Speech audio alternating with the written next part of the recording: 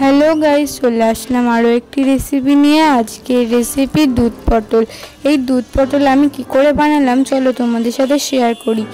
এর জন্য প্রথমে আমি একটা কড়াই গরম করে সর্ষের তেল গরম করে নিয়ে এর মধ্যে নুন হলুদ মাখিয়ে পটলগুলোকে আমি তেলের মধ্যে এক একটা করে পটল ছেড়ে দিলাম, দিয়ে ভালো করে লাল লাল করে ভেজে নিতে হবে।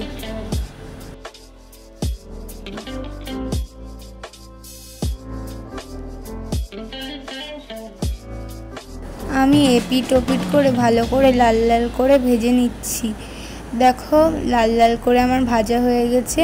আর ভালো করে ভাজতে হবে, না হলে ভিতরে কাঁচা ভাবটা থেকে যাবে। তারপরে আমি এক এক করে সব কটা তুলে নিলাম।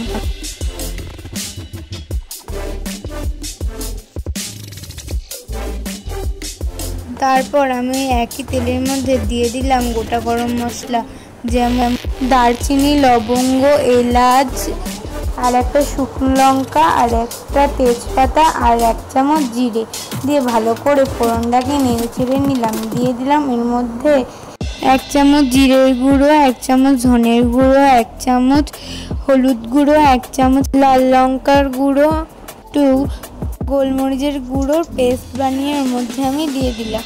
আর দিয়ে দিলাম কাজু, চারমগজ আর পোস্ত বাটা। আর দিয়ে দিলাম কাশ্মীরি রেড চিলি পাউডার রঙের জন্য। আর দিয়ে দিলাম স্বাদ অনুযায়ী নুন আর স্বাদ অনুযায়ী চিনি।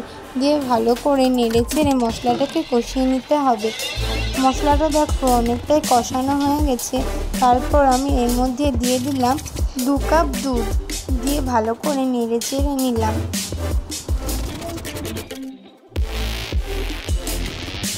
তারপর আমি 5 মিনিট মতো ঢাকা দিয়ে ফুটতে দেব। 5 মিনিট পরে দেখো ফুটে উঠেছে। তারপর আমি দিয়ে দিলাম এর মধ্যে ভেজে রাখা পটলগুলো, দিয়ে ভালো করে নেড়ে চেড়ে দিয়ে দিলাম কাঁচা লঙ্কা কটা, দিয়ে আবারও 10 মিনিট মতো আমি ঢাকা দিয়ে এটাকে রান্না করে নেব। 10 মিনিট পরে আমি ঢাকাটাকে তুলে নিলাম। দেখো কত সুন্দর হয়েছে। তারপর আমি এর মধ্যে দিয়ে দিলাম 1 চামচ গরম মশলা। গরম মশলা না দিলে কিন্তু রেসিপিটা একদম ভালো লাগবে না খেতে। তারপর আবারও কিছুক্ষণ ঢাকা দিয়ে রেখে ঢাকাটা তুলে নিয়ে একটা প্লেটে সার্ভ করে দিলাম।